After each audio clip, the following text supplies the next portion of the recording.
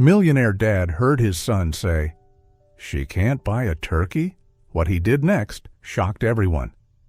"Dad, that lady can't buy a turkey for her little boy." The innocent words sliced through the holiday buzz like a sharp blade. The cheerful music faltered into silence. The clatter of carts stopped.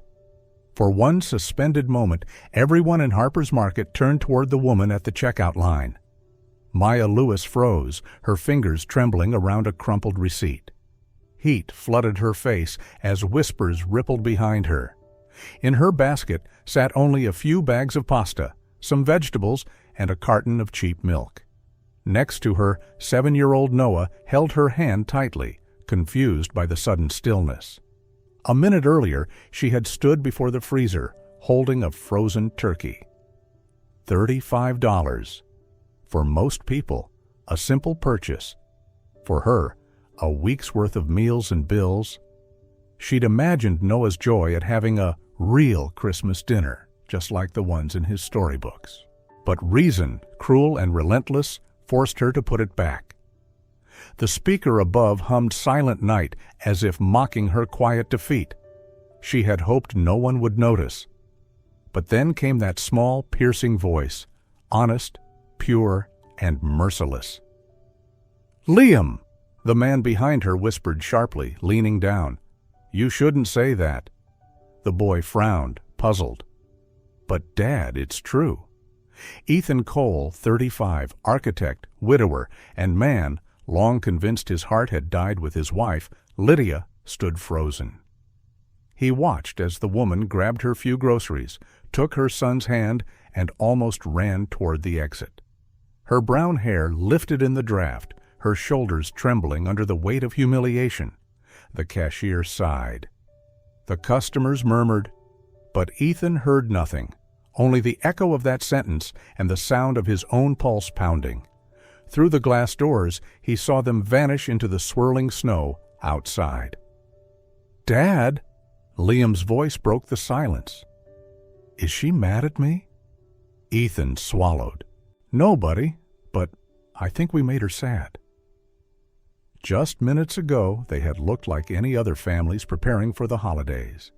Now, one left with full bags, the other with empty hands. Ethan glanced down at the $80 turkey in his cart. It suddenly felt heavy, obscene even. For 3 years since Lydia's death, he had gone through the same motions, shopping, cooking, pretending to celebrate. Every year the feast went untouched, the house echoing with absence. But now, watching that woman flee, something cracked open inside him. Pity, guilt, empathy, he couldn't tell. Only that it hurt.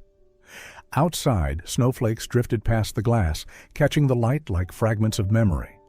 He thought of her face, tired, proud, defeated, and felt a tug in his chest that he hadn't known in years. Maybe she's lost someone too, he thought, or maybe she's just trying to survive. For the first time since Lydia's passing, Ethan's heart beat with something raw and real. He turned to his son. "Liam, that boy with her? Do you think he'll have anything to eat tonight?" Liam's lips parted, then he shook his head quietly. Ethan exhaled slowly. The music started again. "Have yourself a merry little Christmas." Soft, bittersweet. He reached for his son's hand, his chest tightening. He didn't know it yet, but that single, awkward, painful moment, born from a child's honesty, would become the beginning of a miracle, one that would forever intertwine the fates of 4 strangers on a cold winter night. Ethan couldn't forget her eyes. That fleeting glance, wet, trembling, proud yet broken, kept replaying behind his eyelids. As he drove home through streets drowned in Christmas lights, laughter spilled from the sidewalks, but inside his car there was only silence, heavy enough for him to hear the slow, uneven beat of his heart. Liam slept peacefully in the back seat, his small face soft and untroubled. Ethan glanced at the rearview mirror, and for a moment the reflection of his son's calmness collided with the memory of that woman. He remembered her hand trembling as she placed the turkey back into the freezer, fragile but resolute, as if that small act cost her something precious. He felt foolish for doing nothing, for just watching her disappear into the crowd, like a wound he hadn't even tried to heal. That night, his apartment glowed with light, but radiated no warmth. Everything was perfect: leather chairs, crystal glasses, a silver-toned Christmas tree just as Lydia had once decorated. Yet it all felt lifeless. Ethan sat at the long dining table, staring at the frozen turkey in the middle of his spotless kitchen. Frost clung to its surface, shimmering under the pendant light, mocking his comfortable emptiness. He had believed he'd made peace with loneliness, but tonight it returned, sharp and suffocating. Where is she? Did that boy get to eat tonight? The questions haunted him, echoing in the hum of the wind against the glass. Lydia's voice drifted through his memory. Not everyone needs saving, but everyone needs to be seen. And for the first time in 3 years, Ethan realized he had seen someone, truly seen her. Across the city, Maya sat in her small kitchen under a weak yellow bulb. She stirred boiling pasta, added the last of the tomato sauce, and watched the thin steam curl up like fragile dreams. Noah sat at the table, coloring with a grin. "What are you drawing, sweetheart?" she asked. "Our Christmas dinner," he said proudly, holding up a picture of 2 people at a table with a giant golden turkey in the center. "Is that us?" "Yep, you and me." Maya smiled faintly, fighting the lump in her throat. She placed a hand on his hair, whispering, "I don't need a Christmas present, honey. I just need you to be happy." "I am happy," he said softly, "because I have you." The simplicity of it broke her. She turned away, blinking fast as tears burned her eyes. She thought of Noah's father, of years spent holding everything together alone, of exhaustion that no one saw. She had believed she was strong, until a child's innocent words in a grocery store had stripped her bare, revealing all the poverty and helplessness she'd tried so hard to hide. Outside, the wind howled through the narrow alley, carrying the scent of snow. Noah had fallen asleep on the table, cheek resting on his drawing. Maya covered him gently with a blanket, whispering to herself, "We'll be okay. As long as you're okay, we'll be okay." Meanwhile, in his glass-walled apartment high above the city, Ethan stood by the window watching snow twist and fall onto the glowing rooftops. He thought of her again, the woman with too much pride and too little left to lose, and realized how similar they were.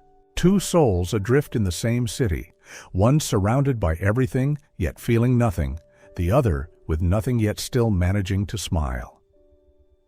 He closed his eyes, listening to the wind, then looked again at the untouched turkey on the table and whispered, "Lydia, what would you do?"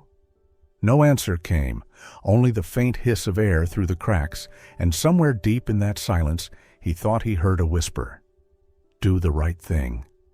And Ethan knew then he couldn't stay still. Not tonight. Not after seeing those eyes. That night, Ethan didn't sleep. He sat by the window until dawn, watching the sky turn from gray to pale blue. Snow blanketed the city, glowing softly under the streetlights. Everything outside seemed ready for a new beginning, but inside him there was only one thought. He had to find her. He didn't know her name, her address, only the face that had haunted him since the night before. The face that had somehow stirred his frozen heart back to life. Ethan brewed coffee, staring at the curling steam, hearing Lydia's voice echo in his mind. "If you ever see someone who needs help, don't wait for them to ask." By noon, he called Harper's Market.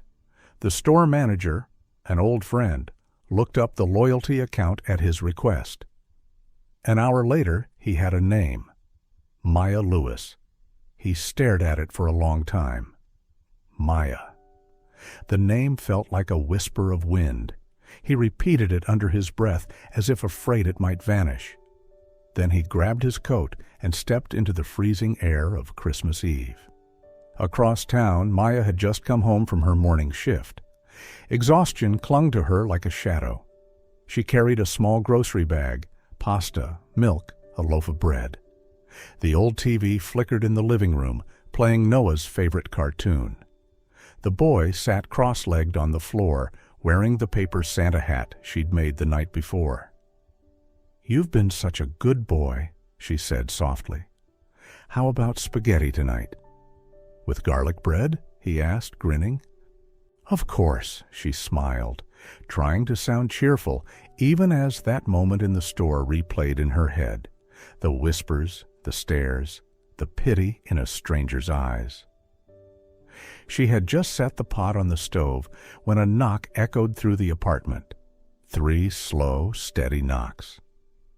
"Probably Mrs. Patterson," she murmured, wiping her hands before opening the door. But when the door opened, Maya froze. It was the man from the grocery store. He stood there in a long coat, snowflakes clinging to his shoulders, blue-gray eyes warm yet uncertain. In his hands were 2 large paper bags. "Hello," Ethan began gently. "I'm sorry for showing up like this. I'm the man from yesterday. My son said something he shouldn't have." Maya's voice tightened. "You didn't have to come. It's over." "I know," he said quietly, setting the bags down. "But I wanted to apologize properly. And I brought some food, not out of pity, just to share.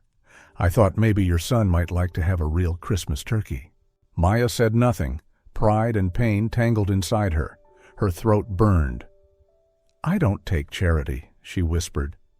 "Then don't," Ethan replied softly. "Take it from one parent to another. I know what it's like, pretending everything's fine when it's falling apart." She looked up then, and in his eyes she saw not pity, but a depth of sorrow she recognized, the kind born of loss.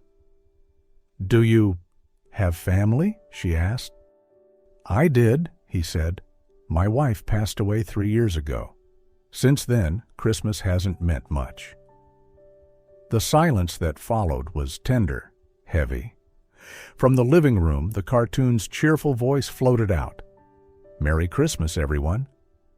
"If you don't want to accept it," Ethan said finally, "that's okay, but please, let me at least apologize to your boy, for my son." Before she could answer, Noah peeked from the hallway, curious. "Mom, who's that?" Ethan bent down with a small smile. "Hi, buddy. I'm Liam's dad, the boy from yesterday. I came to say sorry." "The boy who said we didn't have a turkey?" "Yeah," Ethan said gently.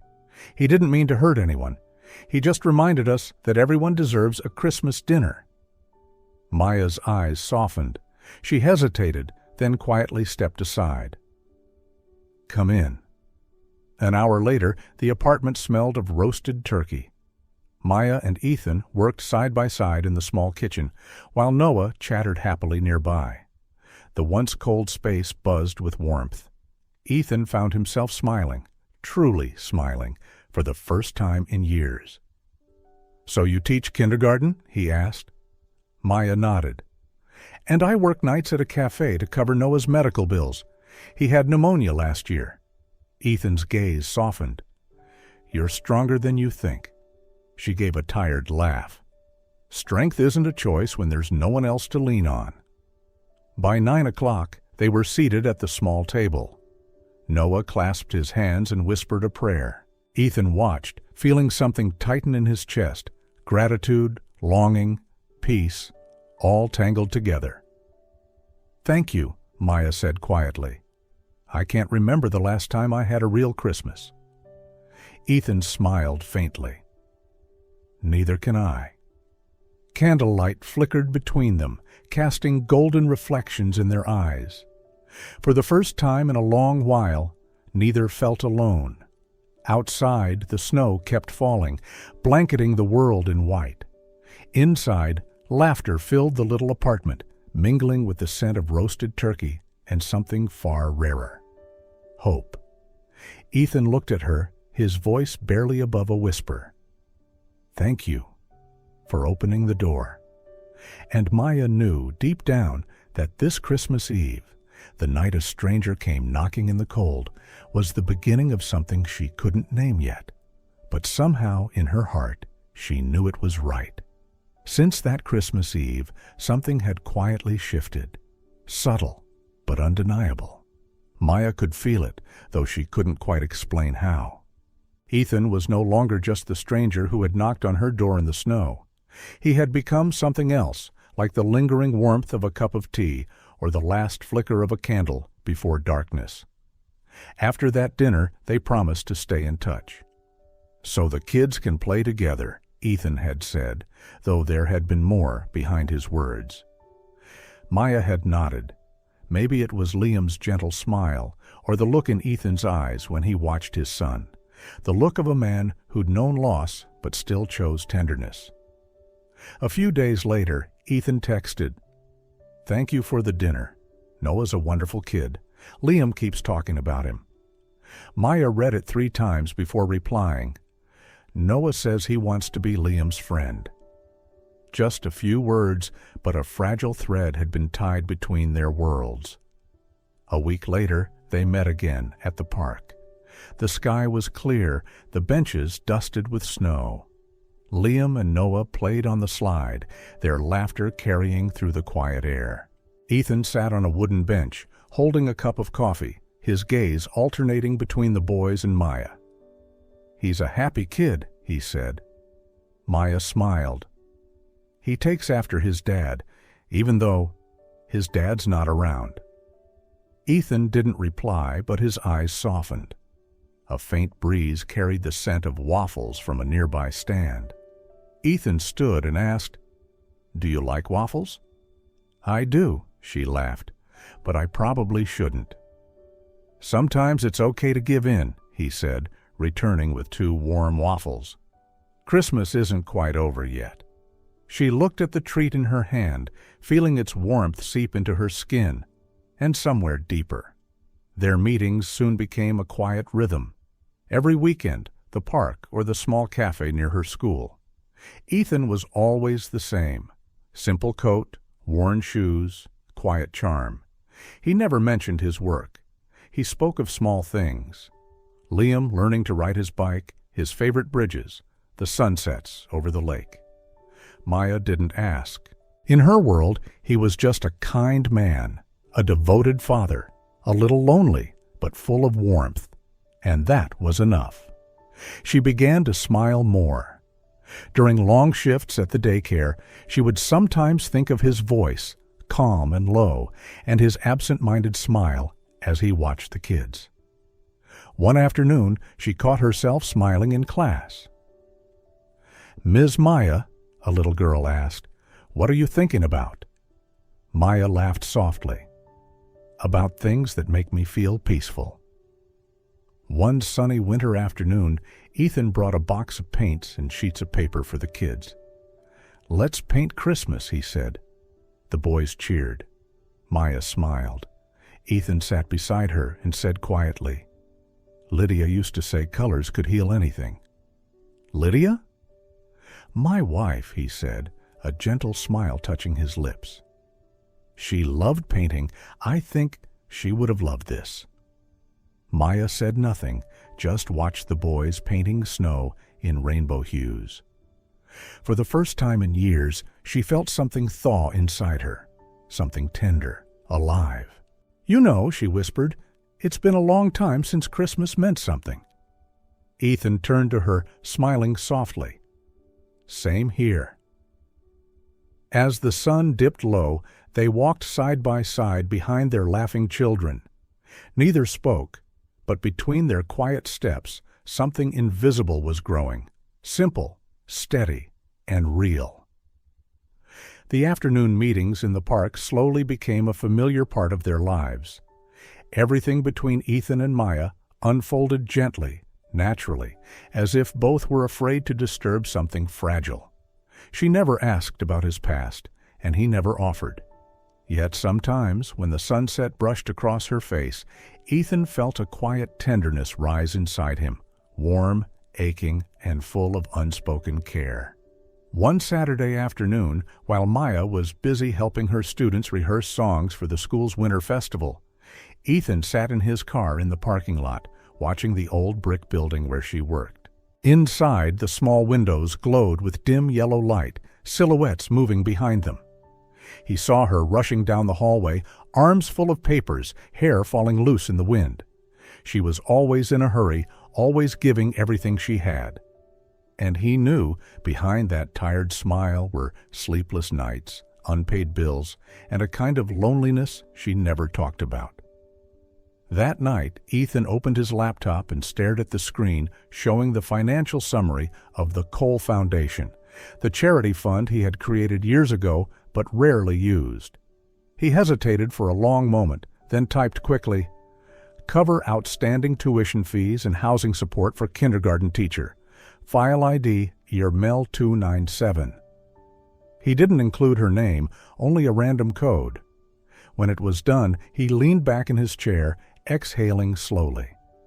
It felt strangely light, a kind of peace he hadn't felt in years. Weeks later, Maya received an official notice from her school. Her unpaid tuition had been cleared, and she was being promoted to assistant program coordinator. The letter read, "In recognition of your dedication and exceptional service." Maya read it over and over, unable to believe it was real. Then she smiled and burst into tears. That evening she called Ethan, her voice trembling with emotion. "You won't believe this. I just got promoted today.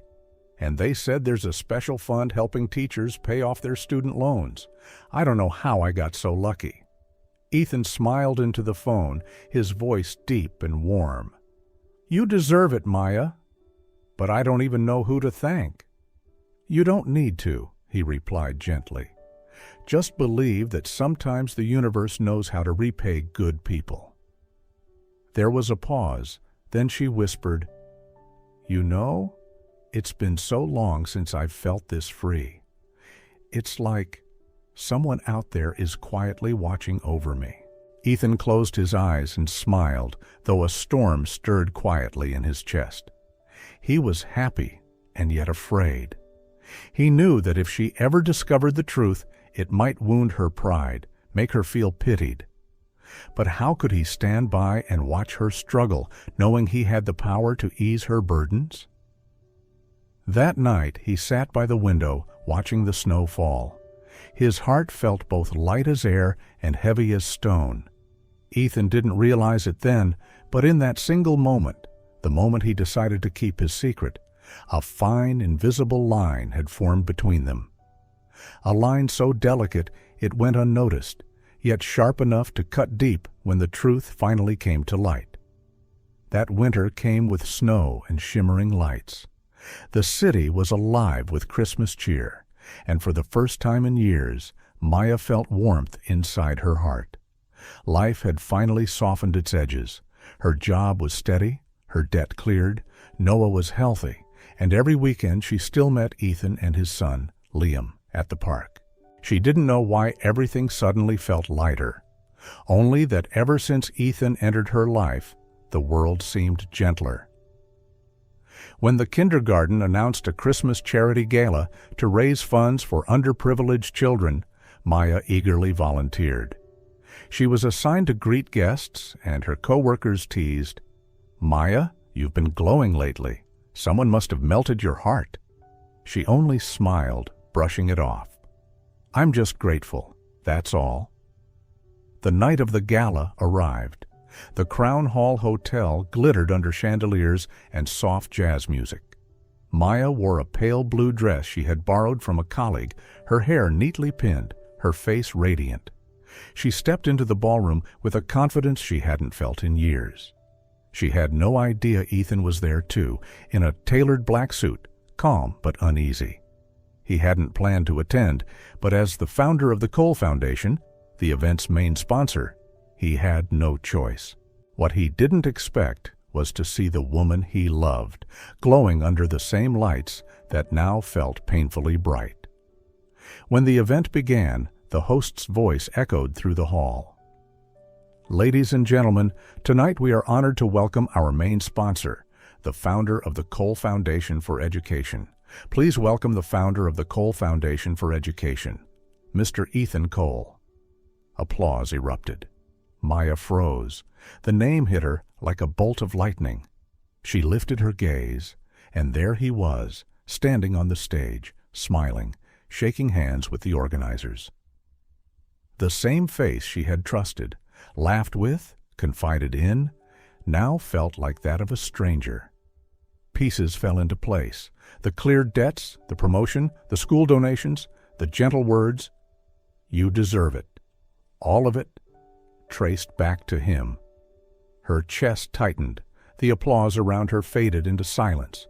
Her pulse thundered in her ears. Ethan began to speak, his voice calm and confident. "Education isn't only about knowledge," he said. "It's about compassion. Every small act of kindness can change a life."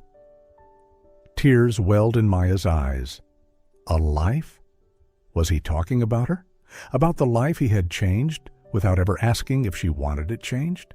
She stood abruptly and walked out, the click of her heels echoing sharply against the marble floor. "Maya!" His voice chased her into the hallway. Ethan caught up, gently grabbing her arm. "Please, let me explain." She turned, eyes glistening.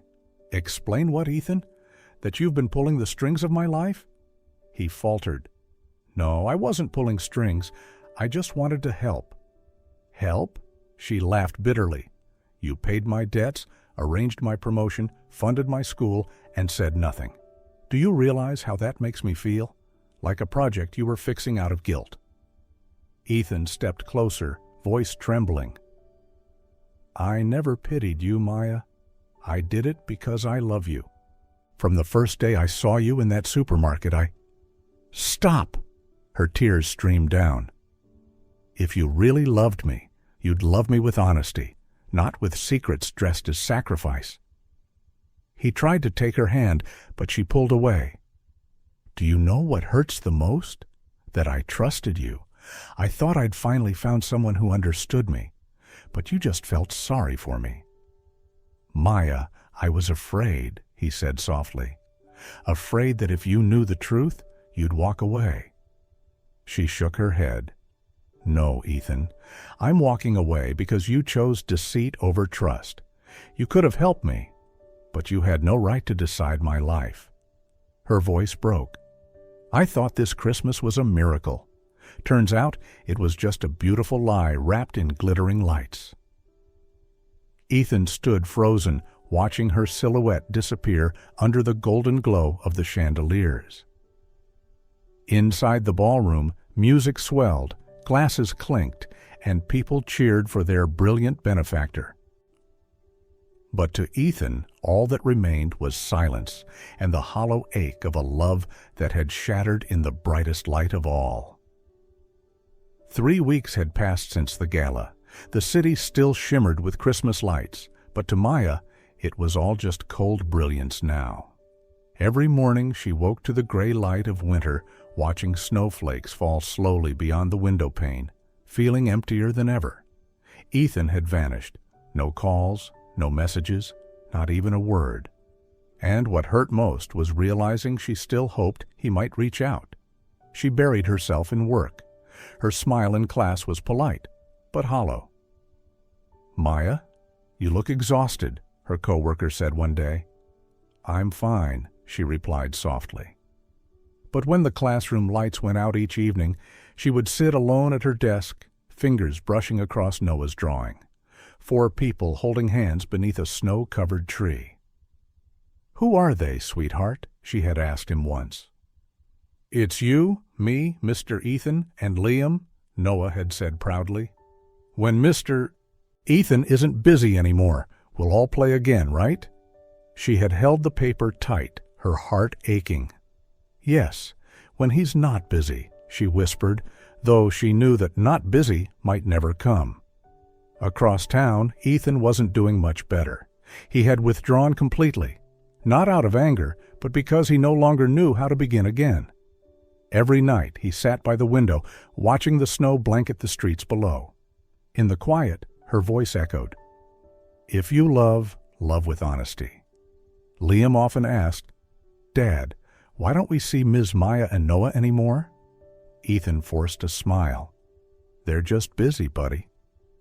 "I miss Noah," Liam murmured, holding up a picture he'd drawn. 4 figures holding hands under a starry sky. Ethan looked at it and realized that his son still believed in something he had lost, the simplicity of happiness. That night, Ethan sat for hours in his study. He didn't look at papers or touch his drink. He just thought of Maya, her voice, her eyes, her laughter, and the disappointment in them when she said, "You chose deceit over trust?"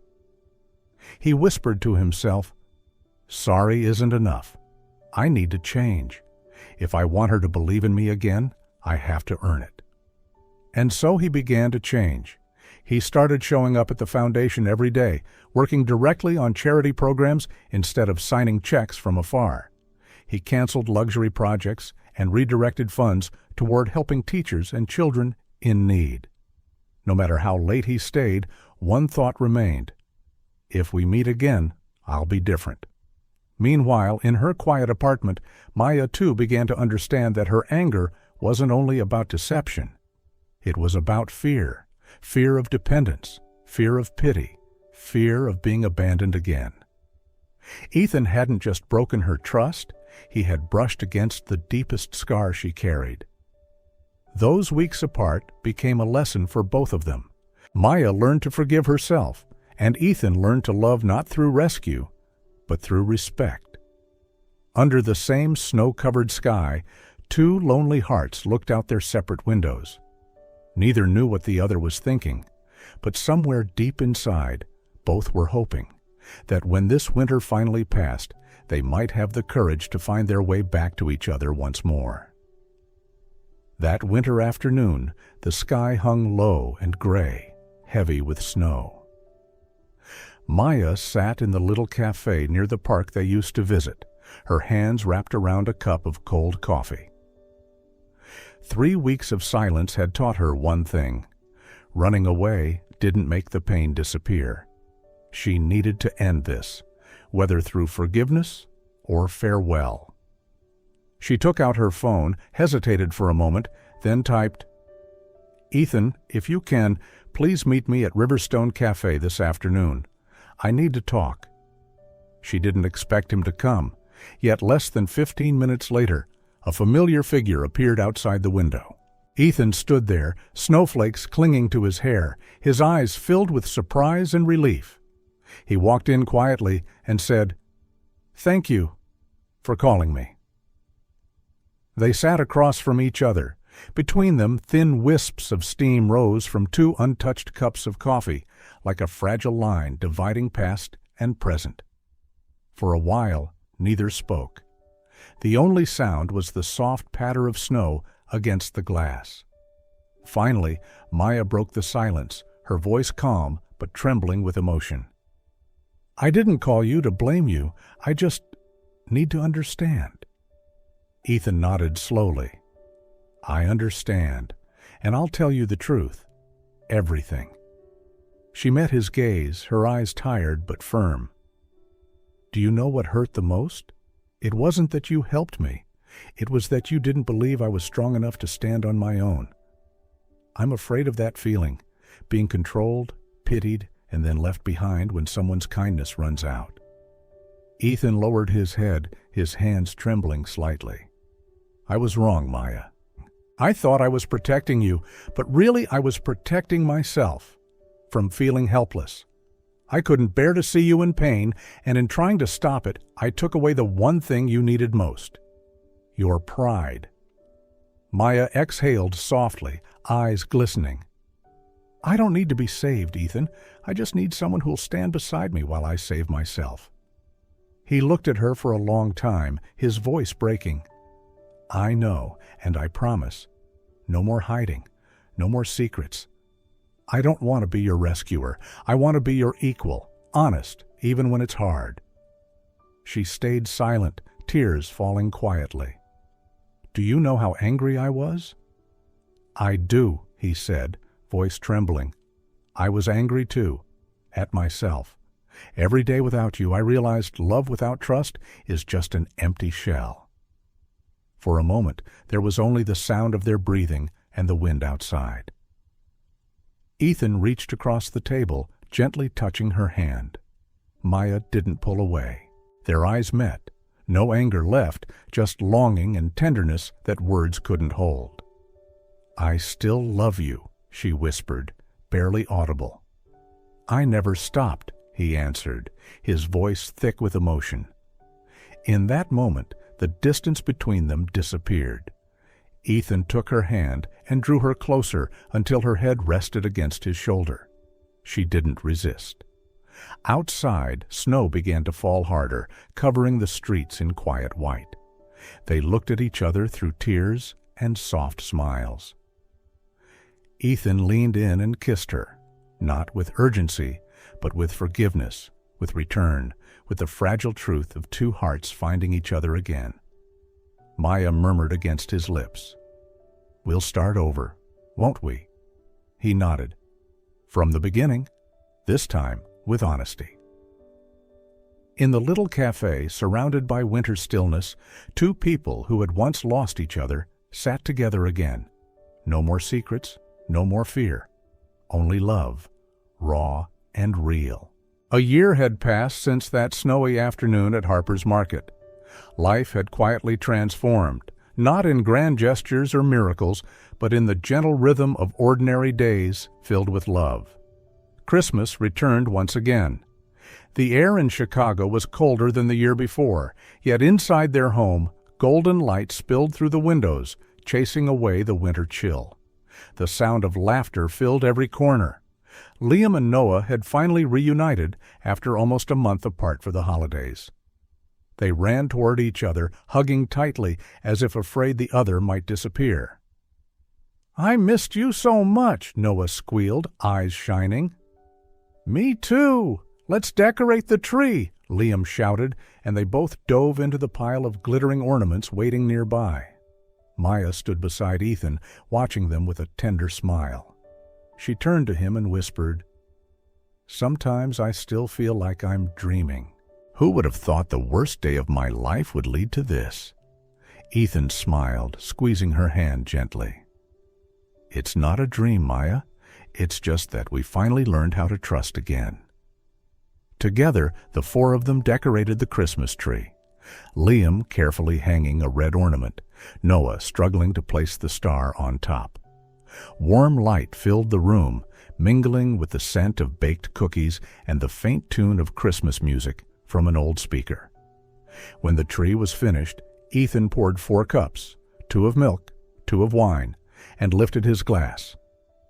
"To the chance encounters that became miracles," he said, his voice steady, full of feeling. Maya clinked her glass with his, smiling softly. "To second chances, and to honest love." Liam raised his cup high and yelled, "And to pancakes!" Laughter burst through the room. The lights on the tree twinkled as if laughing along. Maya rested her head on Ethan's shoulder. His arm wrapped around her as the boys rolled on the rug, whispering, "Maybe this is the start of a new chapter."